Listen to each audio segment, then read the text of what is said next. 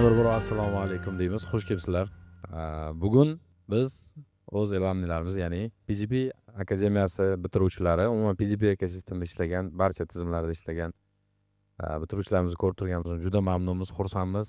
Sababiki bu yo'l o'z-o'zidan bo'lmagan, ya'ni hozir siz o'tirgan bino PGP universiteti binosi va bugungi birgalikdagi sodda qilib aytganda o'zimiznikilar bilan iftorlik qilishimiz sababida ham ko'p hikmat bor. Sababiki biz xohladik diydor, shirin ko'rishib, birgalikda bo'lgan holatlar, qiziq o'qishdagi vaziyatlar bo'lgandir. Har narsa eslab, yaxshi xotiralar bilan birgalikda bugun iftorlik qilishni va o'zimizda bor yangiliklar, sizlarda bor yangiliklarni bir-birimiz bilan baham ko'rishni istadik. Shu sababli ham xush kelibsiz deb qolamiz.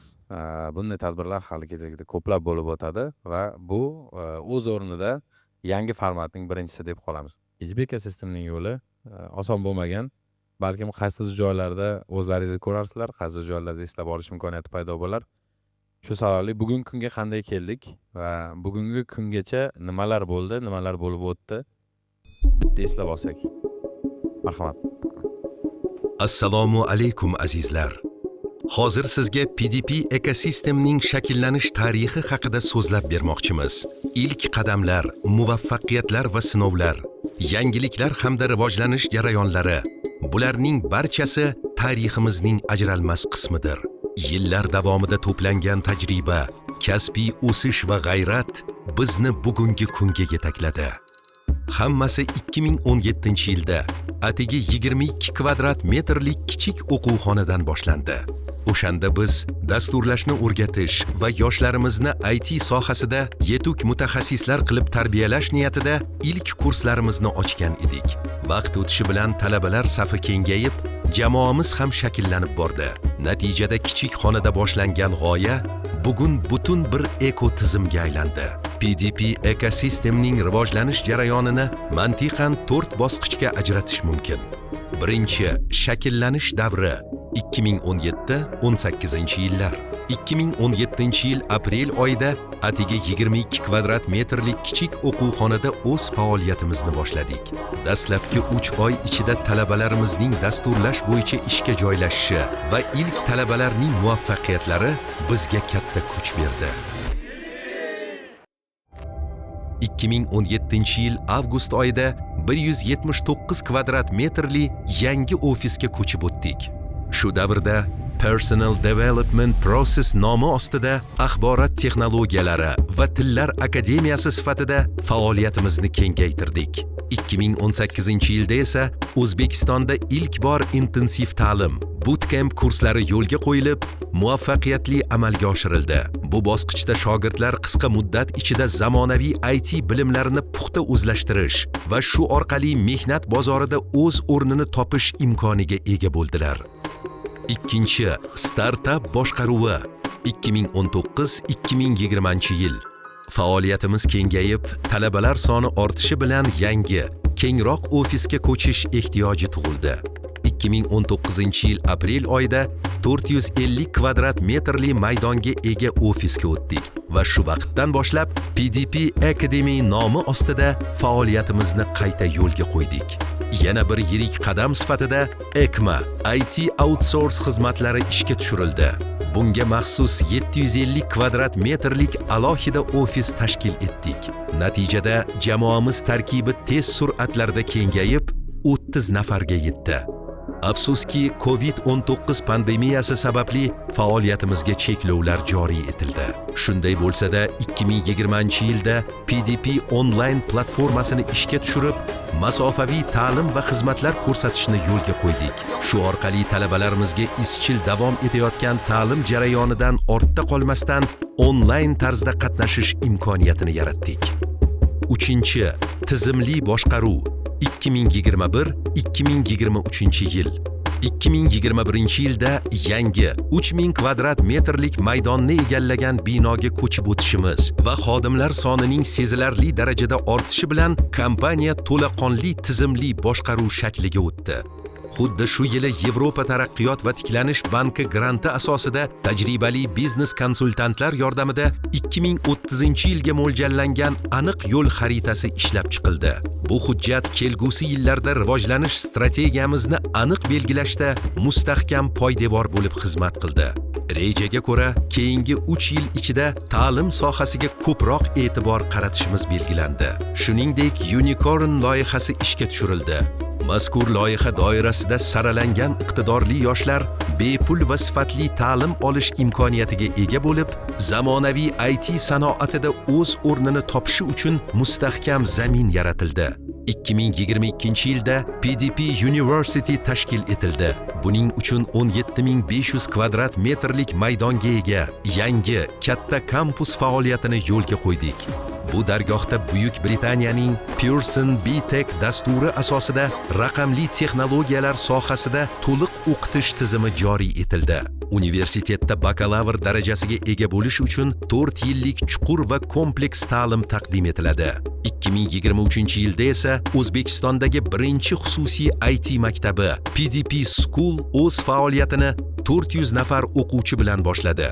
Bu maktabda an'anaviy fanlar bilan bir qatorda innovatsion IT yo'nalishlari ham ta'lim dasturiga kiritilib, yosh avlodga zamonaviy kasblarga bo'lgan qiziqishni kengaytirish imkoni yaratildi.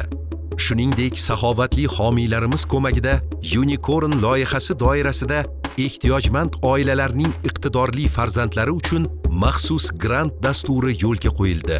Mazkur grant dasturi orqali 2022-yilda 3.3 milliard, 2023-yilda 9.9 milliard va 2024-yilda 12.9 milliard mablag' ajratish hisobiga jami 26.1 milliard so'mlik ta'lim granti taqdim etildi. Ushbu dastur doirasida talabalarga to'lov shartnomasini 100% gacha qoplash, mutlaqo bepul turar joy, yotoqxona bilan ta'minlash, bepul ovqatlanish imkoniyati kabi qulayliklar yaratildi. IT sohasiga qiziquvchi, iqtidorli yoshlarni rag'batlantirish va ular uchun keng imkoniyatlar ufqini ochish maqsadida mazkur grant dasturi bizning hamkor kompaniyalar tomonidan moliyalashtiriladi. 4. Holding boshqaruvi 2024-yildan e'tiboran PDP Ecosystem Holding sifatida faoliyat yuritishni boshladi. Holding tarkibida PDP Academy, PDP University, PDP School, PDP Junior kabi yo'nalishlar shakllandi. Ular orqali yosh avlodga maktabgacha ta'limdan tortib, oliy ma'lumotgacha bo'lgan uzluksiz ta'lim xizmatlarini ko'rsatish maqsadida yagona, markazlashgan tizim yo'lga qo'yildi. Biz to'laqonli ekotizim sifatida endi nafaqat ta'lim berish, balki talabalarimizni professional ish faoliyatlari bilan ham to'liq qamrashni maqsad qilib oldik. Mazkur loyihalar ta'lim jarayonidan tortib, ishga joylashishgacha bo'lgan yo'lni yanada samarali va bosqichma-bosqich tashkil etishga xizmat qiladi. Bu bosib o'tilgan yo'l shunchaki raqamlar va faktlar jamlanmasi emas, balki hayajonli hissiyotlar, uzluksiz mehnat va katta intilishlar hikoyasidir. Biz har bosqichda nafaqat o'zimiz, balki butun jamiyatning rivoji uchun hissa qo'shishga intilib kelmoqdamiz va intilaveramiz.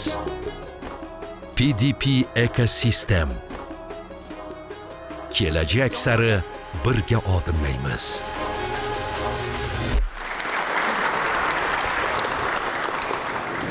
Umid qilamanki, ko'ngillaringizda ozgina bo'lsa ham emotsiya bilan chizilgan bir qaysidir davrlar yodga tushdi deb o'ylayman. Ma'lum bir momentga kelasiz hayotingizda yoki nimalardir o'tmish, birga ishlagan yoki o'qigan davrlaringiz bor, birga mehnat qilgan insonlaringiz bor. Va haligacha mana bu emotsiya bilan eslaydigan joylarimiz juda ko'pda. Shuning uchun o'ylaymizki, o'sha davrlarni, o'sha holatlarni eslata oldik deb o'ylaymiz. Men mamnuniyat bilan so'zni ustozimiz bugungi kunda PDP Ecosystem Holdingini bosh direktori Jomrat Po'latboyevich Mamedkarimovga beraman. Assalomu alaykum yana bir bor. Hurmatli do'stlar, hamkasblar. Chunki bu yerda hech kim mehmon emas. Bu sizlar o'zingizlarni uylarga keldinglar, o'zingizlarni shu ta'lim olgan maskanga keldinglar. Sizlarni bu yerda ko'rib turishdan juda xursandmiz. va o'ylaymanki bu Ramazon oyida ko'rishayotganimizda bir o'ziga xos bunday ham hikmat bor.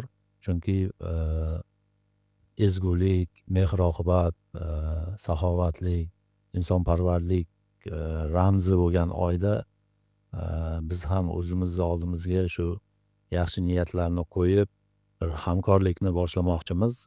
Qiymat almashadigan hamkorlik.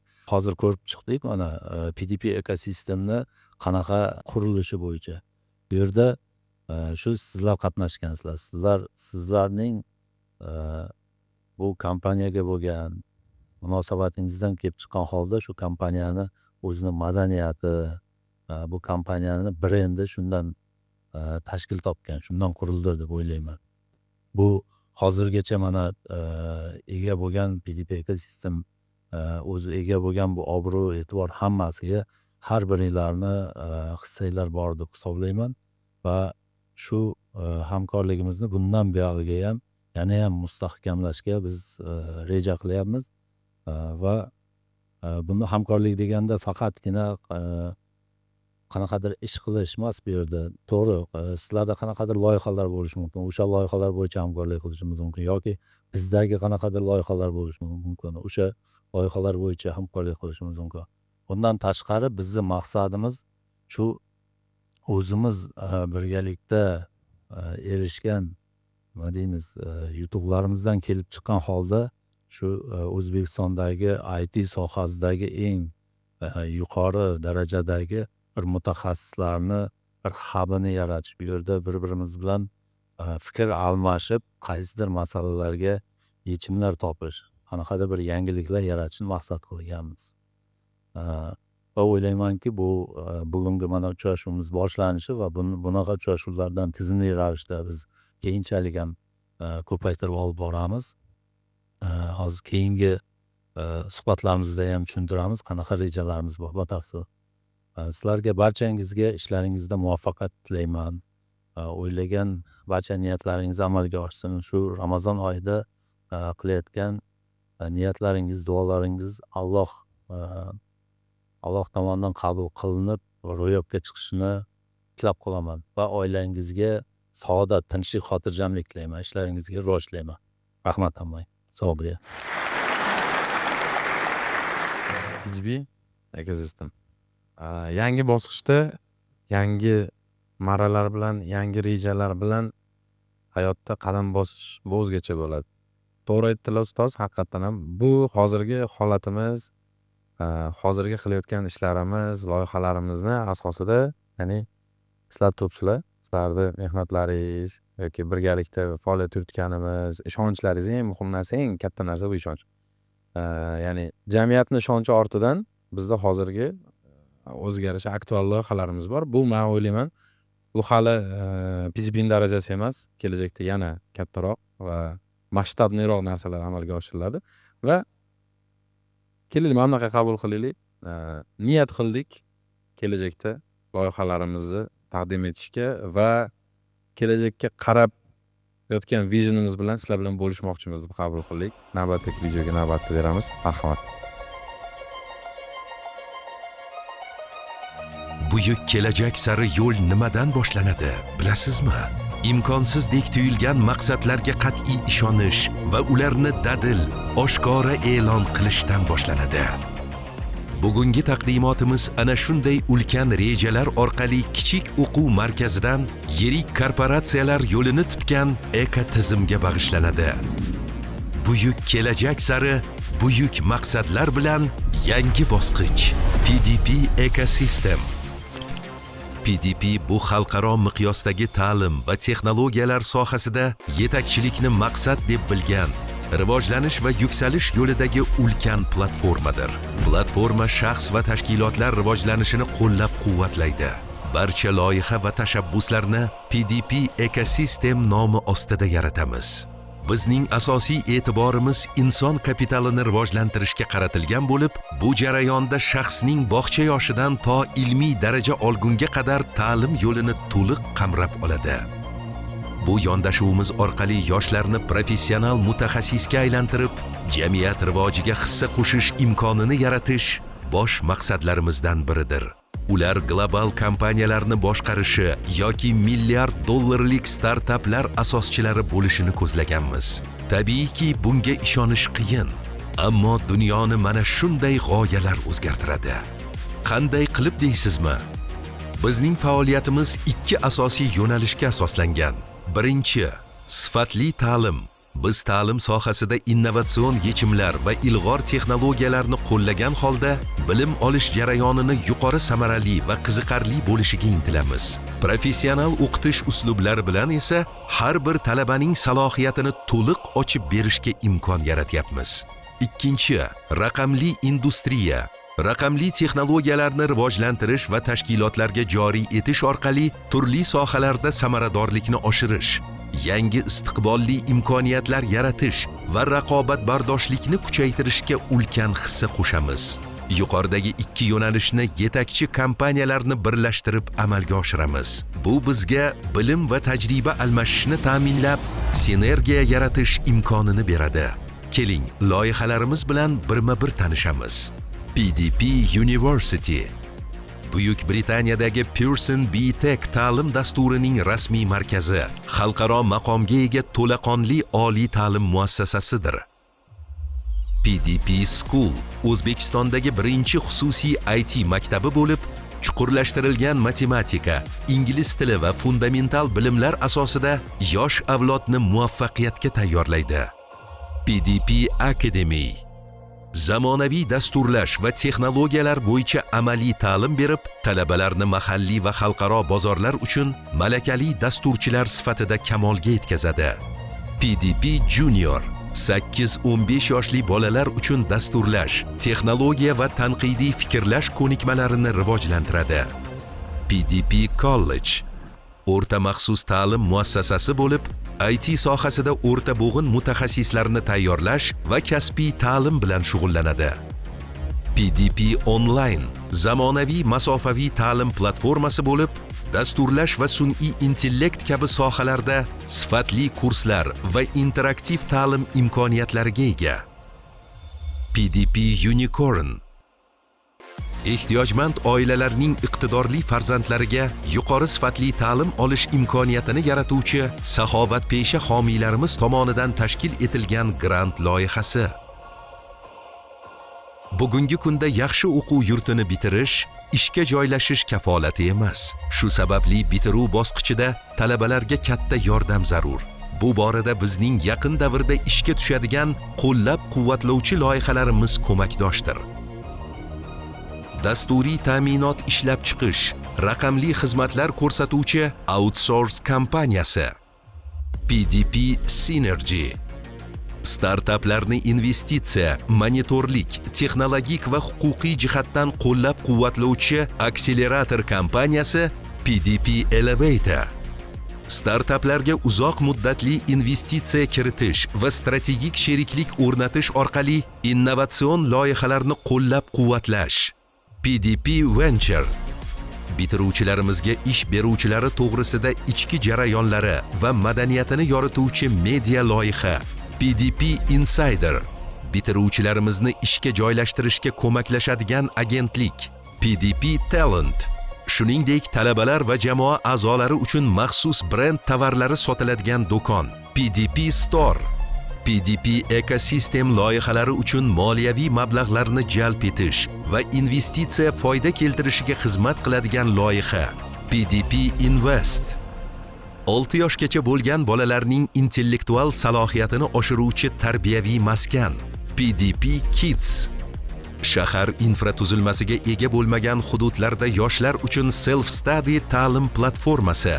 PDP Space shuningdek yaqin kelajakda shahar tashqarisida 100 gektarga ega zamonaviy ilm-fan va innovatsiya markazi PDP Valley'ni ishga tushirish rejalashtirilmoqda. Bir so'z bilan aytganda, PDP ekosistem iqtidorli yoshlarni rivojlantirishga xizmat qiladi. Ushbu yo'ldagi missiyamiz zamonga mos sifatli ta'lim orqali raqobatbardosh professional mutaxassislarni tayyorlash, ularning hayotini yaxshi tomonga o'zgartirib, ezgulik yo'lida ilhomlantirish, shu orqali jamiyatimizda innovatsion o'zgarishlarni amalga oshiruvchi liderlarni kashf etishdir. Endi biz shunchaki ta'lim bermaymiz. Biz ilhomlantiramiz va yangi imkoniyatlar yaratish orqali hayotni tubdan o'zgartiramiz. Mana intilishlar yo'lidagi asosiy qadriyatlarimiz: innovatsiya va yaratuvchanlik, raqobatbardoshlik va professionalizm, tanqid va yangi g'oyalarga ochiqlik, o'zaro hurmat va hamkorlik, mas'uliyat va daxldorlik, doimiy rivojlanish va moslashuvchanlik. Aytingchi, biz o'zbekistonliklar qachongacha chet davlatlarini qora mehnat bilan ta'minlaymiz? Bu fikrni o'zgartirish vaqti keldi. Axir bugun Belorussiya faqat oziq-ovqat bilan emas, Wargaming, EPAM, Exadel kabi yirik IT korporatsiyalar bilan gavdalanadi. Armaniston esa allaqachon kaboblar bilan emas, ijtimoiy tarmoqlarni o'zgartirib yuborgan Pixart ilovasi bilan faxrlana oladi. Biz kelajakni qanday ko'ramiz?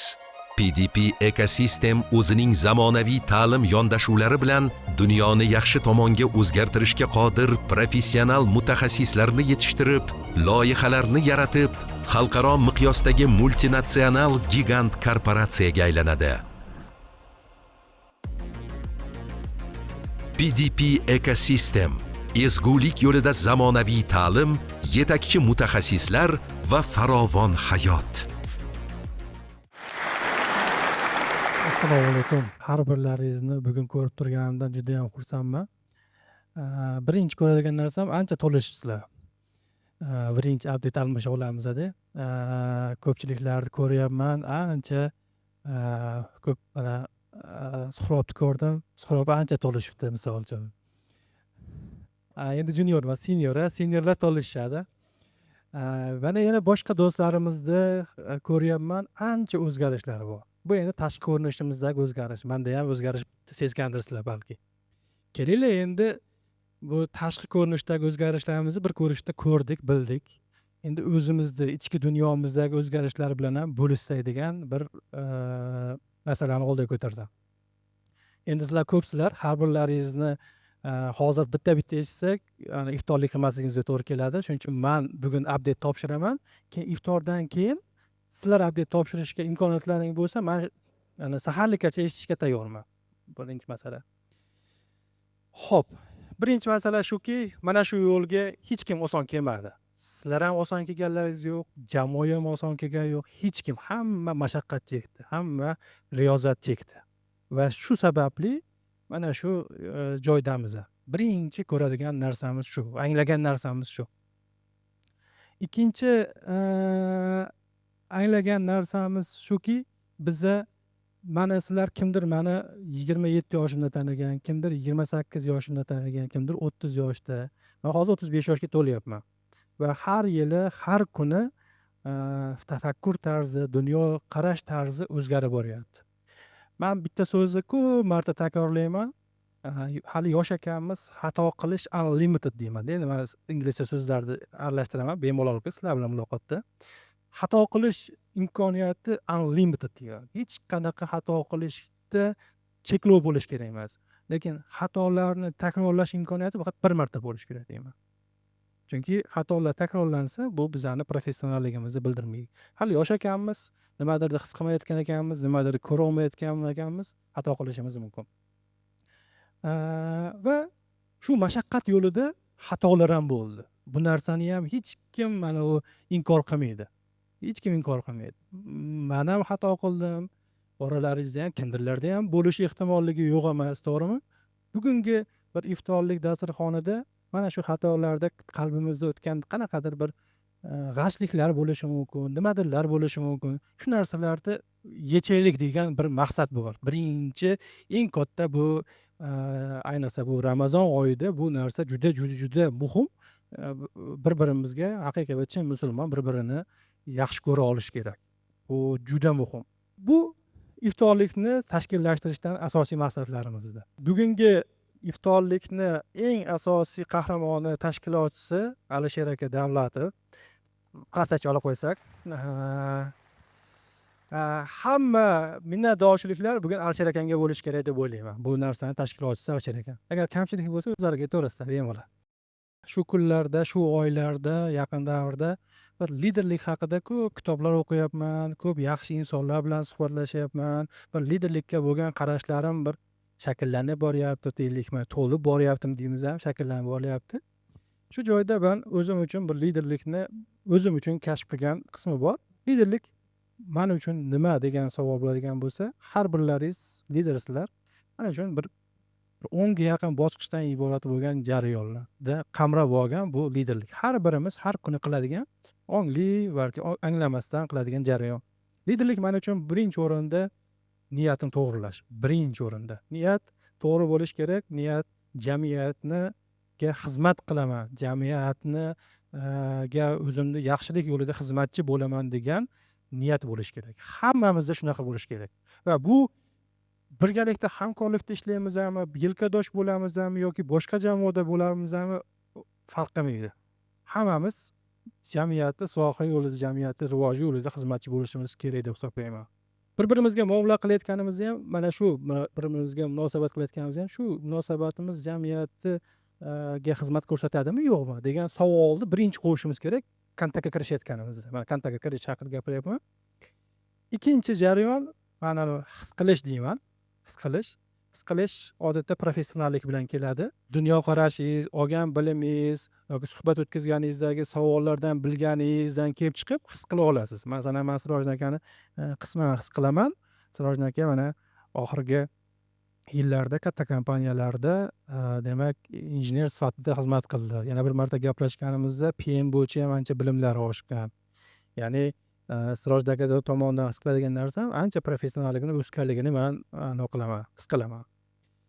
Endi his qilayotganimizda ba'zida tushuna oladigan, ba'zida tushuna olmaydigan jarayonlar keladi. Nima degani bu? Bilasiz, qo'lidan kimdirda ish keladi, kimdir qo'lidan ish kelmaydi. Mana endi ish nuqtai nazaridan qaraydigan bo'lsak, buni ham keyingi etap keladi, tushunish degan etap keladi men uchun. Tushuna olish degani siz his qildingiz, lekin tushuna olmasligingiz mumkin. Shuni ham qila olmaydi deb turib jahl qilishingiz mumkin, boshqa qilishingiz mumkin, noto'g'ri munosabat qilishingiz mumkin, oddiy narsani ham bilmaydi-ku degan munosabat qilish. Bunday qilish kerak emas, tushunish kerak demoqchiman. Keyingi jarayon tushunganingizdan keyin qanaqadir qaror qilish etapi bo'ladi. Qaror qilamiz. Undan keyingi narsa bu biz tushuntira olishimiz kerak. Nima xohlayotganimizni yetkaza olishimiz kerak. Yetkazganimizdan keyin biz esa endi yetkazganimizdan keyin hamma har xil tushunadi va kerak bo'lsa ko'pchilik o'zicha tushunadi ham. To'g'rimi? Bir narsani aytsangiz o'zicha chizadi-da. Lekin siz o'ylayotgan narsa yetib boryaptimi, yo'qmi, u ham bilmaysiz. Mana shu narsani ham tekshirib olish kerak deb o'ylayman. Chek qilib olish kerak. Men mana bu narsani ko'ryapman degan narsada chek update qilib olish kerak. Undan keyin mana endi yetakchilik keladi. Ko'pchilik yetakchilik, liderlik degan so'zni sayozroq tushunsa kerak. Ko'pchilikda umuman olinganda hammaga motivatsiya beradigan, yagona ko'rinib turadigan shaxs deb ko'rishadi, to'g'rimi? Odatda ko'pchilikda noto'g'ri shakllangan narsa.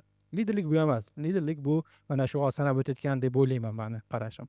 Undan keyin yo harakatga kelish yoki harakatga keltirish. Ya'ni bu yetaklash, yetakchilik qilish. Mana shu etapda.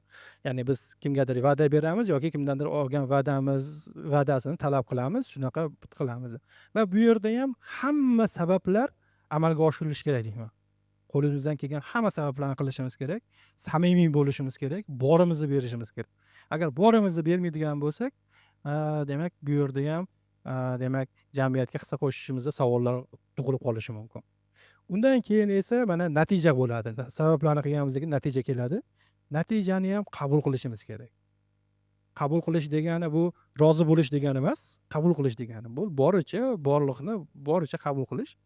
Qabul qilib bo'lganimizdan keyin xolis tahlil berishimiz kerak. Xolis tahlil degani mana shu joyda nima yutuqlarga erishdik, nima kamchiliklar ko'rdik. Bu kimdir ayblash nuqtai nazaridan emas, keyingi safar shu kamchiliklarni yo'lga qo'ymaslik nuqtai nazaridan. Va undan keyin oxiri qayta aloqa bo'ladi, feedback beramiz. Shu feedback bilan mana shu yetakchilik mana shu sikllardan iborat bo'ladi. Nimaga bu narsalarda sizlarga aytyapman? Keyinchalik bir-birimizdan ko'p marta muloqot qilamiz. Shu muloqot siklda har doimimiz o'tadi. Sabr qila olmaydigan joylarimiz bo'ladi-da. Sabr qila olmaydigan joylarimiz qayerda bo'ladi, bilasizlarmi? Biza his qilgandan keyin nimadirni ko'ramiz, nimadirni bilamiz, holatini bilamizda uni keling man fikrimni osonroq tushunish uchun man bitta kes aytamanda keyin asosiy mavzuga o'taman.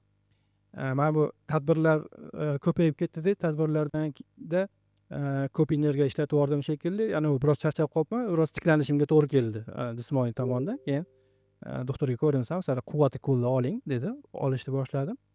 Endi iftordan keyin ovonman, iftordan keyin borib uyimizga yaqin joyda poliklinikaga kiryapman. Soat 9 da keldim, 11 gacha ishlaydigan joy. 9 da kelyapman, opa kelishimga "Nega kech qolyapsiz?" deyapti. Birinchi anaqasida nima deydi munosabat. Keyin odatda agressiyaga qarshi biz ham odatda agressiya bilan javob beramiz-ku. Nima deydi? "Man vaqtida kelyapman, siz ishingizni qiling" degan munosabat ham bo'lishi mumkin odatda, to'g'rimi? Lekin u yerda bir chuqur nafas olinadi shunaqa vaqtda. Chuqur nafas olgandan keyin nima qila olamiz deganda, keyingi safar ertaga ertaroq kelaman, maylimi deyapman. Уже bitta o'yinga o'tdi. Nima deydi? Ijobiy anaqaga o'tdi. Men unda nima qilyapman? O'sha paytda men endi o'zimga tahlil ketyapti, his qilyapman-da. Endi anaqa sifatida, tadbirkor sifatida bozordagi ish o'rnida nech pul qanaqa oylik berishidan taxminan xabarim bor. Va unaqa juda baland oylik olmasidan ham xabarim bor. Kerak bo'lsa endi u yerda ishlayotgan bo'lsa, katta ehtimol bilan kunduzi ham ishlagan, Ramazon payti bo'lganligi uchun ham ishlagan. Kechaga kerak bo'lsa saharlikdan keyin bu yog'iga uxlamagan bo'lishi ham mumkin. Deb o'ylab ko'rasangiz, charchoq yuzlariga qarasangiz charchoq alomatlari ham bor. Ko'ryapsiz. Lekin siz aytishingiz mumkin. Nima qilay men charchagan bo'lsa? Mani talabimni bajarsin deyishingiz mumkin. Endi bu yerda tushunish keladi. Tushunishimiz kerak. Ha, bu ham o'zi oilasini, farzandini boqaman deb shu harakat qilyapti. Keling, yaxshi muomala qilay. U ham anaqa jamiyatni yaxshiligi yo'lida harakat qilyapti degan tushunish. Mana shu joylarda biza men bitta so'z ishlataman, bag'rikenglik qila olmay qolishimiz mumkin. Bu nafs nuqtai nazaridan, o'zimizni kibrimiz nuqtai nazaridan deymizmi? Mana shu joylarda u muhim, bag'rikenglik muhim. Yana bitta bag'rikenglik muhim joyi, natija bo'lgandan keyin bag'rikenglik qila olmay qolamiz. Natijani kutuvlari kelisha olmaymiz, kutuvlarimizdan past bo'ladi va bag'rikenglikda ham savollar bo'ladi. Mana shu bo'yicha bir kitob yozmoqchiman. Bir nomini bir bag'rikeng lider degan kitob yozmoqchiman. Va mana shuni hamma jamiyatimizni a'zolariga, butun xalqqa mana shuni yetkazmoqchiman. Mana shu meni ichimdagi niyatim. Bu kitob hech qanaqa bir anaqani targ'ib qilmaydi. Nima deydi, men aqlliman, men kitob yozyapman degan narsadan butkul yiroqman. Bu eski bilim, mana shu eski bilimga eskicha, yangicha qarashim deb, hozirgi kundagi 35 yoshimdagi qarashim deb qabul qilmoqchiman bu narsani. Nimaga bularni aytyapman? Xudo xolasa, mana hozir keyingi gapga o'tamiz.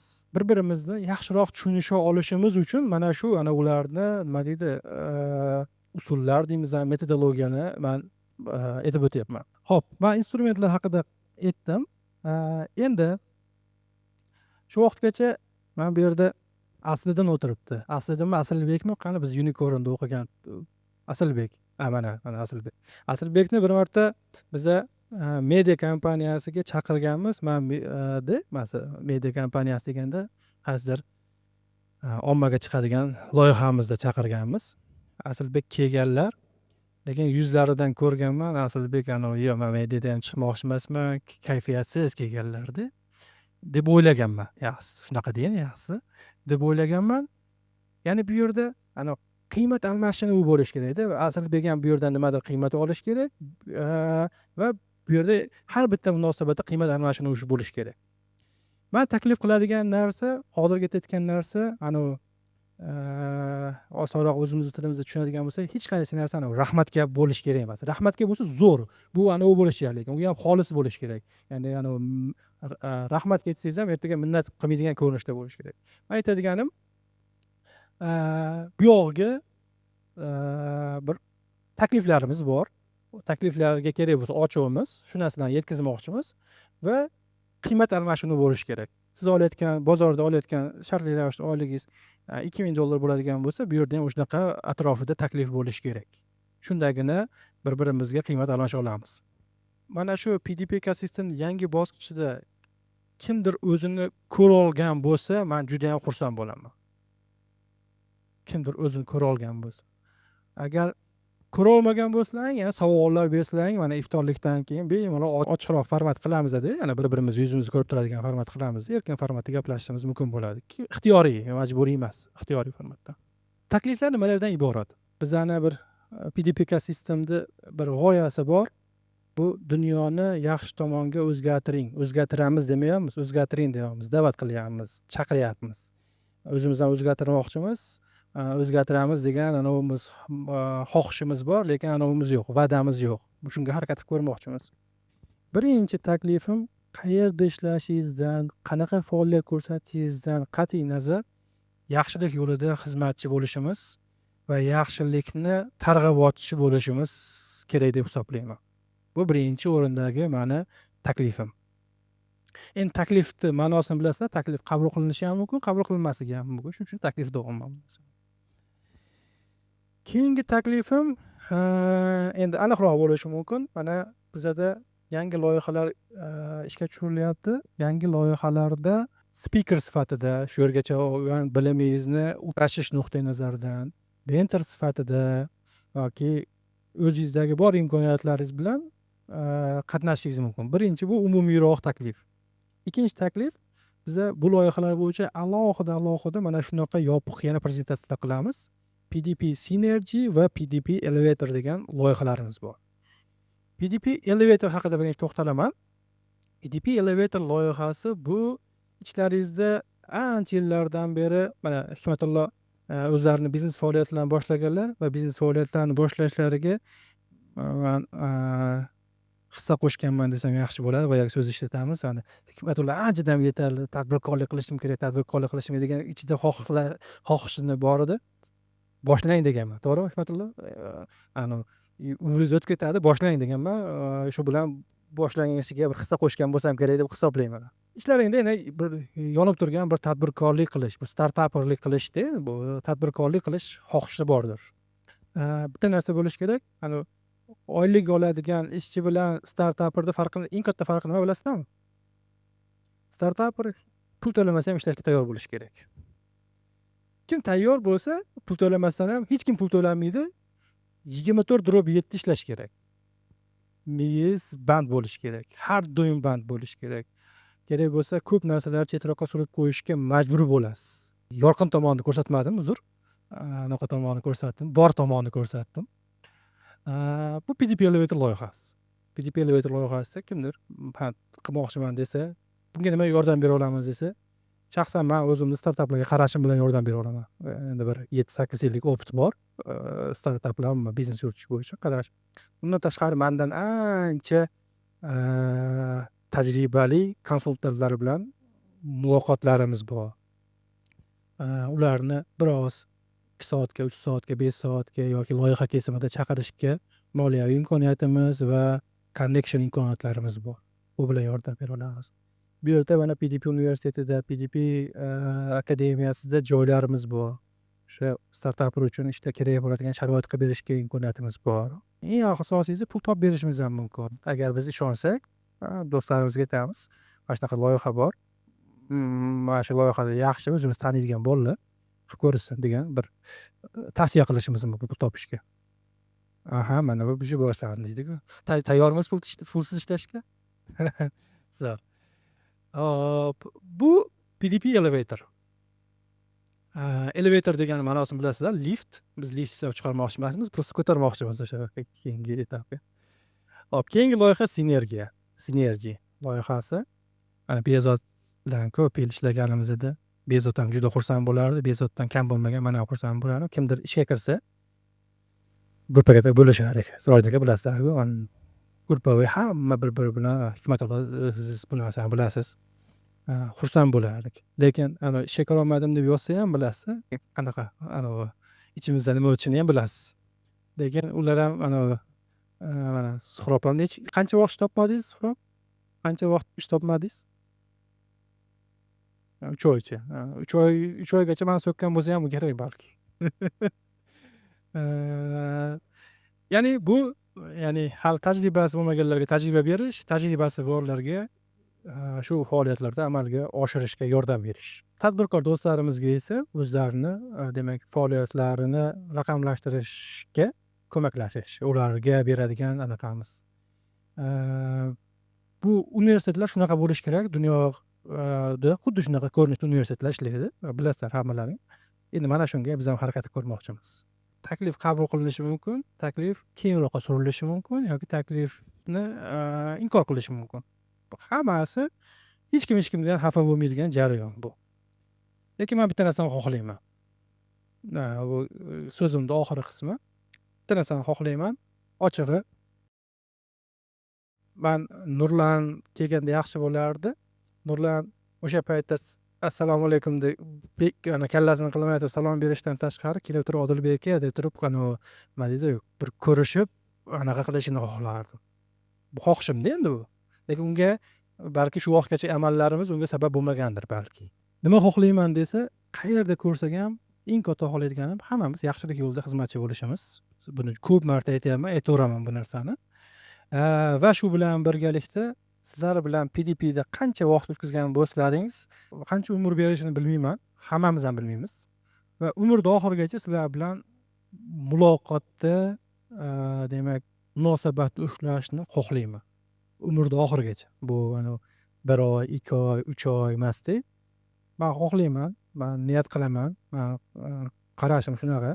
Sizlar bilan birgalikda yaqin kelajagimizda, uzoq kelajagimizda birgalikda hamkorlik qilib, bir-birimizga do'st birodar bo'lib, eng muhimi katta narsalar qilishga harakat ko'raylik demoqchiman xolos. Bu Ramazon boshqa Ramazonlarga nisbatan bir boshqacharoq o'tyapti, bir ajibroq o'tyapti, bir yoqimliroq o'tyapti. Balki bu jarayonlarda ko'p narsalarda anglashga harakat qilayotganligim sabablidir balki. Shuning uchun bu oyda qilinayotgan har birimizni ibodatlarimiz, tutayotgan ro'zalarimiz, bir-birimizga qilayotgan yaxshi munosabatlarimizga ajrini va'da bor, ko'paytirib berilishiga. Shu va'daga qattiq ishonamiz va hammalaringizga shunaqa va'daga harakat qilishlaringda yana ko'proq jamiyatga manfaatli bo'lishlarini tilayman. Ochiq aytaman, bu yerda sizlar bilan ko'p yaqindan suhbatlashishni xohlayman. Birgalikda yaxshilik yo'lida xizmatchi bo'laylik. Rahmat hammalaringizga. Agar loyihalar bo'yicha feedbacklar bo'lsa, marhamat. Loyihalar zo'r, Odilbek aka. Juda ham qiziq. Menda ham ozgina tajriba bo'lganda qiynalgan joyimdan kelib chiqib aytaman. Loyihani eng qiyin joylaridan bittasi sotish ekan deb. Loyihani tayyorlaydiganlar ko'p-da bizada. O'shani quradiganlar, shogirdlar hammasi asosiy loyiha quruvchilar ma'nosida. Endi o'shani sotishni ko'rishimiz kerak-da. Sotish juda bir qiyin masala. Kerak emas. O'sha tomonda sizni tajribalaringizni o'rganishingiz kerak-da. Sotuv muhim, sotuv muhim. Hech qanaqa anaqa narsa yo'q. Lekin o'zi psixologiyasi bor, buni ham deyman. Mana bunga qarashim qanaqa? Yaxshi narsa yana ham yaxshi bo'lish kerak va yaxshi narsa ko'proq tarqalishi kerak. Mana shu nuqtai nazardan qarash kerak. Va bu bo'yicha qarashlarim bor. Agar shu elevator loyihasidami yoki boshqami yoki o'zingiz boshlasangiz ham kelib turib, beka bir yarim soat maslahat bering desangiz. Ozgina emotsional razryadga kerak ekan, hozir o'tirgan hamma komandamizga bitta qarsak qilib yuboraylik iltimos. Emotsional razryad kerak. Assalomu alaykum. 2017-yil PDPga borganman o'qishga. Odil aka. Odil kamallarga borganman. Aytavering Odil aka. Shu borganmiz, keyin Ishqilib, mana ham voqeani eslaydi faqat uyga. eslaysiz hozir. Keyin borganmiz. Biz endi birinchi dars borganmiz. Suhrob o'rtoq. Suhrob shu yerdami? Suhrob yo'q-a? Suhrob ikkalamiz borganmiz. Endi kurs haqida ma'lumot olib, qatnashmoqchimiz kursga. Endi kurs haqida ma'lumot beradigan, dars o'tadigan odam Odil aka o'zlari bo'lganlar. Hikmatulloga uchramaganmiz. Yo'q, Hikmatullo aka ham siz bilan futbol ko'rayotgan bo'lganlar-da. 1,5 soat kutganmiz. Ana qordagi finalchi. O'sha siydirib turgan gol bor-ku. O'shani ko'rganmiz, o'sha kulgili chiqmadi. Xullas 1,5 soat kutganmiz futbol ko'rib. Keyin Odil akam Qarang, mana shu narsani men eslolmayapman. Hozir eslasam shunchalik ham mas'uliyatli inson bo'ladim desa. Zo'r. keyin men sizga savol berganman. Nima uchun Java o'rganishim kerak deb. Javobini aytavering. $2000 oylik olish xohlaysizmi degansizda. Ha deganman, unda o'rganing Java degansiz. bo'ldi shu. Zo'r. Xullas, man anaqa Javohir o'zimni o'zim ko'ra olmayman. Shunaqa odatim bor. Ya'ni eski kadrlarni ham ko'ra olmayman. Fikrlash tarzi o'zgarib boradi-ku. Hozir aytyapsiz, zo'r ekan deyapman. Yaxshilab kulib qo'yasiz xolos-da, tarixga qarab turib. Ismim Sobir Muhidda. Ekmada front-end dasturchi bo'lib ishlayman. Yaqindan boshladim. Bir haftacha bo'lib qoldi. O'sha ishga kirgandan keyin o'zi Qo'qonda bo'ldim. Ancha 1 yilga yaqin, 7 oychami Qo'qonda bo'ldim. Juda ishsiz bo'ldim. Ya'ni hammaga. Evet. Chunki ofisga kelganimda Arslon aka ustozim, anchada bir ikkita katta loyihalarda ishlaganmiz. Ekmaga kirganimda xursand bo'lib aytmoqchi edim-da, aytdim, yozdim. Ko'rish taklifini bermoqchi edim. Ya'ni yaqin odam, ancha bo'ldi ko'rmaganimga, juda bir quchoqlab, nima deb juda sog'inib, to'g'ri aka sifatida dedi. Ko'rishaylik demoqchi edim, aytolmadim. Ishlari ko'p bo'lsa kerak deb, yuridan o'tdi-da. Shunaqa bo'ldi, ertasi kuniga o'zinglar tadbir bo'lyapti. Hamma o'sha Hikmatilla aka va Abror akani ko'ryapmiz. Qolgan ustozlar, tizimga bo'lgan akalarimiz. Shu taklif deyman, imkoniyat berganinglar uchun rahmat demoqchiman. Prosta off topic bo'lishi mumkin, rahmat deb qo'ymoqchi edim xolos. Rahmat. Nodirbekka ham bering. Assalomu alaykum hammaga. Menda qiziq voqea emas, men shunchaki o'zimni minnatdorchiligimni bildirmoqchiman. PDP jamoasiga men bu yoqqa kelishdan oldin ta'tilni tugatganman, bakalavrni, keyin bu yoqda bilimlarimni mustahkamlaganman. PDP jamoasi Alisher aka bizning ustozimiz. Men o'sha kishini ko'rganimda, taniganimda hali ham o'rganatdi-da. Qoyilligi. Qoyil. Rahmat ustoz. Alisher aka elektricharlar. Alisher aka bitta qoidasi bor. Alisher aka to'g'rimi? Hamma narsa vaqtida bo'lishi kerak deydi. Shu hayot prinsipi bo'lganiga kim qaraydi aka shu yerda? Qoyil qoldim hozir. Qoyil qoldim. Umuman olganda mana shu jamoaga minnatdorchilik bildirmoqchiman, chunki shu jamiyatda o'zimni o'rni topishimga beg'araz hech qanaqa bitta ortiqcha bo'lmadi. Minnatdorchilik bildirmoqchi inson sifatida. Bitta narsa aytib o'tishim kerak. Biz o'sha o'qib yurgan paytlar meetuplarda mana shu kelajakdagi universitet ochish, kollej ochish anaqalarini bizga Odil aka aytgandilar. Va mana bugun shuni ro'yobga chiqdi. Va keyingi rejalarni ham aytib o'tdingiz. Sizda tajriba bor. Men ishonaman va xursand bo'laman. Inshaalloh qolgani ham amalga oshadi. Shuning uchun PTP jamoasiga kattakon rahmat. Ichiligi omad. Inshaalloh keyingi natijalarda, yaxshi kunlarda, yorug' kunlarda yana zafar quchgan holatda ko'rish hammamizga nasib qilsin. Rahmat kattakon. Assalomu alaykum hammaga. Men Elbek Xolmatov va sal oldinroq gapirib o'tgan Javohir akani professional shogirdlari. Nima bu gapni aytdim? Hozir savol berildi, ya'ni qanaqa xotira sizlarga keldi deb, xotiralarni qidirish bilan o'tdi vaqtim. Xotiralardan bittasi nima bo'ldi?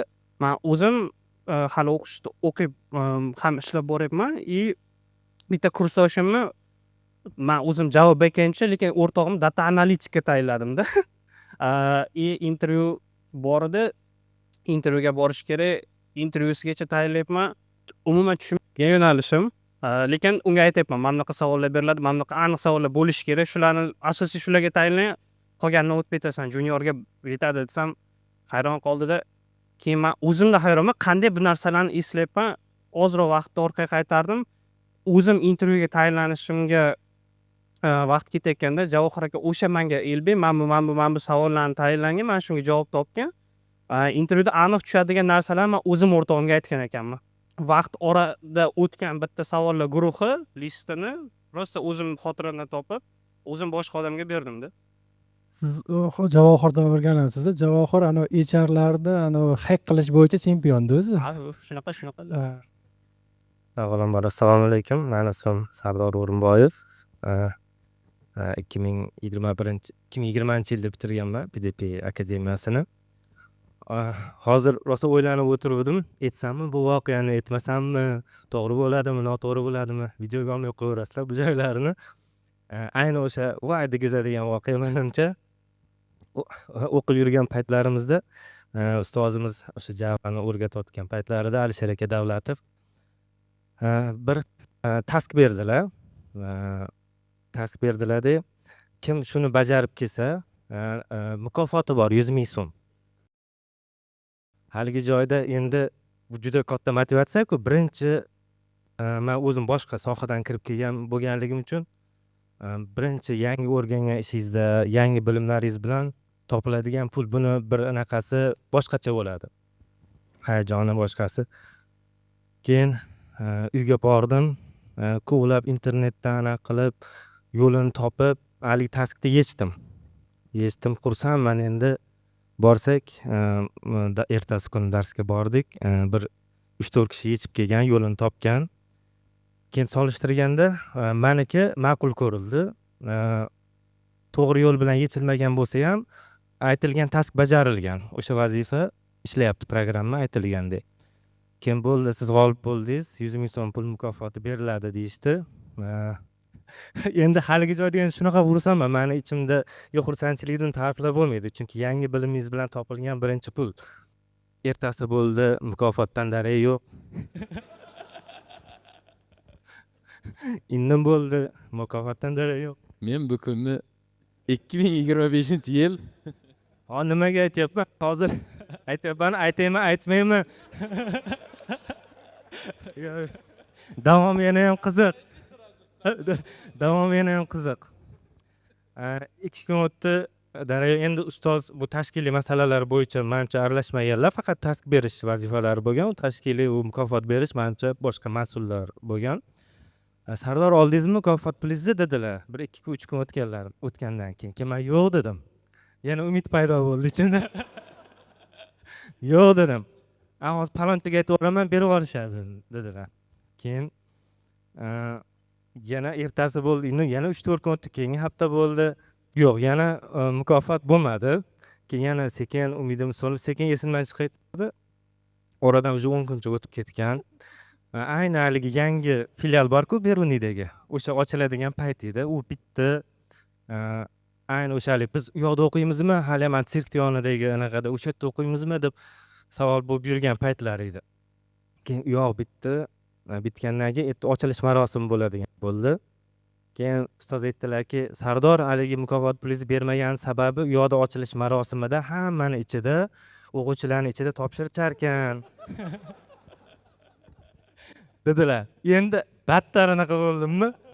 Oddiy mana ana mukofot pulingiz degandan ko'ra ko'pchilikning ichida, katta zo'r binoda o'quvchilarni o'zingizga o'xshagan o'quvchilarni ichida olish qanaqa faxr, insonni o'zida bir anaqa motivatsiya uyg'otadi. Endi yana ham bo'lib ketdimmi? Ovoz bularga berilib, endi yuribman. 2-3 kundan keyin ochilish marosimi bo'ldi. Xursandman, bordim. Ochilish marosimi bo'ldi. Ismingiz Sardor. Sardor hech qilib bugungacha yetib kelmasa bo'ldi ish qilib. Yo'q, bugun mukofot topshirish marosimi yo'q-ku. Keyin ochilish marosimi bo'ldi, oddiy gapirdilar, ustozlar gapirishdi. Keyin qanaqa bo'ldi? Nima deydi? Task berib, kim birinchi yetsa, o'shanga voucher berish. Unda ham qatnashdik, unaqa bo'ldi. Keyin voucherlarni topshirish marosimi bo'ldi. Shunda berishsa kerak dedim. O'tiribman, turibmiz endi Pistonchijon, falon so'mlik voucher, uni berishdi. Oxirida berishsa kerak deb. Ancha bo'lgan-ku deb. Dedimda, voucherlar ham tugadi, hammasi tugadi. Haligi joyda marosim tugadi, odamlar sekin ketishyapti. Men turibman-da. O'shandan beri men chunki niyat qilgandim, o'sha ochilish marosimiga ketishda, metrodan chiqib yo'lda piyoda ketyapman, anaqagacha birinchi anaqam behuda ketmasin. Olgan pulim, mukofotim behuda ketmasin. Birinchi topgan pulim dasturlashdan topgan pulim behuda ketmasin. Bir yaxshi bir manfaatli kitob olaman. Qaytishda Chorsuvga kiraman deb olaman degan edim. Sardor, bir minut uzr. Men bu yerda ham Alisher akani tushunaman.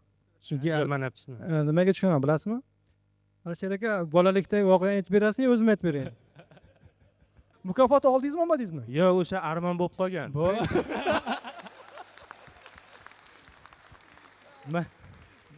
Alisher aka yoningizda 100 ming bormi yo yonimda? Mana bugun ham uyga borib, Yo'q, shoshmang, hozir yopamiz, hozir shoshmang. shuni aytmadim, shu voqeani demaslik uchun aytdim-da oxiri. Bo'ldi. Ham qiziqarli bo'lganligi uchun men nola bu yerda ustozlar tushunaman, tashkiliy masalalar osonmi?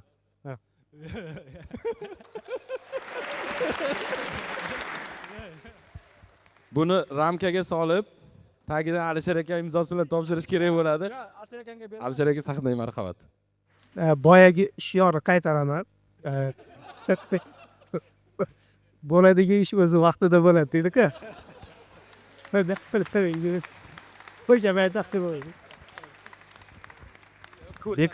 Bekorga cho'zilmagan ekanda, qaranglar.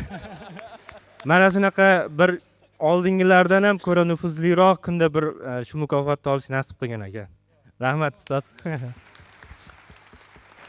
Shuni nazarda tutib Odilbek.